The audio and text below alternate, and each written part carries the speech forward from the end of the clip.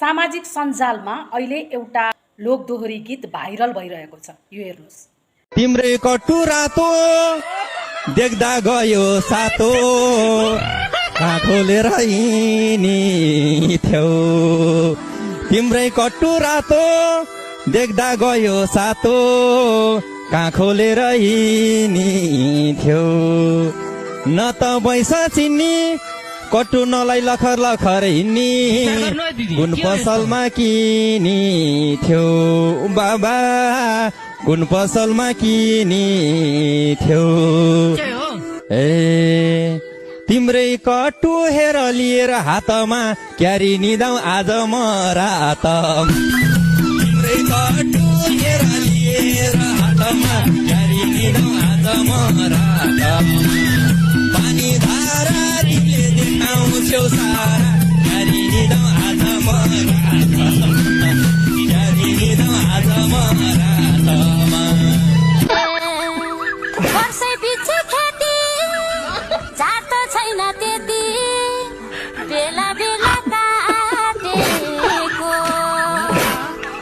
वर्षै पछि खेती जात छैन त्यति बेला बेला काटेको। ठुलै हाल्दै देऊ यति मेरो भ्याइदेऊ छनी बाजु फाटेको बाबा छनी बाजु फाटेको। ए खाजा खुवाउँछु तिमीलाई दालानी मुसुरो बाँचेला नि हलोको टुसुरो। खाजा खुवाउँछु तिमीलाई दालानी मुसुरो बाँचेला नि हलोको टुसुरो। भैँसी गयो चर्न रागो गयो गर्न मिठा मिठा बातहरू। भैँसी गयो चर्न रागो गयो गर्न मिठा मिठा बातहरू। ए कति मिठो बोली खोलिदेऊ न चोली क्यारी काटौँ रातहरू बाबा क्यारी काटौँ रातहरू।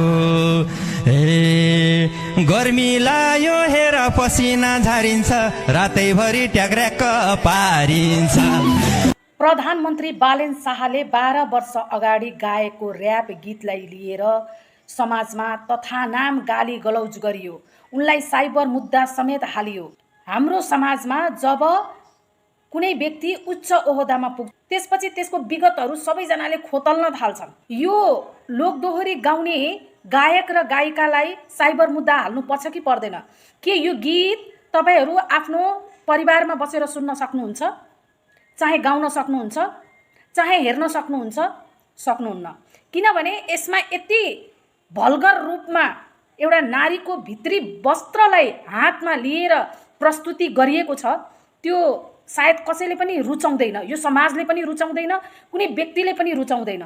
अनि यस्ता गायक गायिकालाई प्रोत्साहन गर्ने कि उनीहरूलाई कारबाहीको दायरामा लिएर आउने? आज संसदमा पनि यो विषयमा कुरा उठिसकेको छ। त्यसकारण यदि समाजमा विकृति फैलिरहेको छ भने समाजमा अपच हुने क्रियाकलाप कुनै पनि माध्यमबाट यदि कसैले गर्छ भने त्यसलाई स्वाभाविक रूपमा कारबाहीको दायरामा ल्याउनु पर्छ।